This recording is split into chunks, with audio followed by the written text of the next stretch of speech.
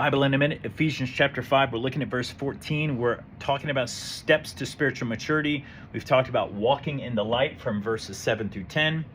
Avoid the deeds of darkness, verses 11 through 13. And now we're looking at the third point, wake up spiritually. That's in verse 14. It says, for this reason, it says, awake, sleeper, and arise from the dead, and Christ will shine on you. Where does it say that? And what you'll find is that when you search for that phrase, you will not find that phrase in any other book of the Bible. So, but Paul says, for this reason, it says, well, where does it say that? We actually don't know.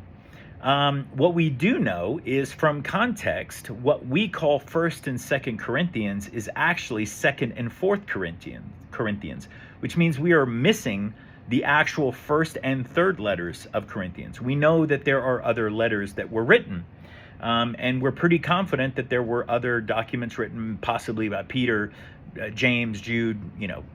We know there's others by Paul, but we don't know where those are. Those documents have not been found or may not have survived the persecution that the Christians faced. So somewhere it says, awake, sleeper, and arise from the dead, and Christ will shine on you. So what is Paul really saying? And what's the point is wake up. Like, we have to wake up out of our spiritual slumber. We have to be active and not passive. You will never be a fully functional disciple of Jesus Christ accidentally.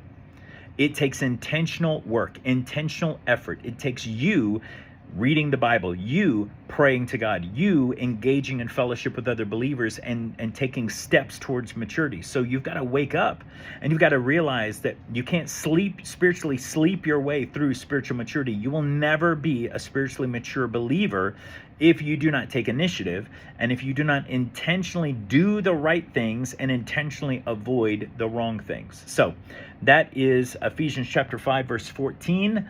Wake up, sleepyhead. Hope you have a great day.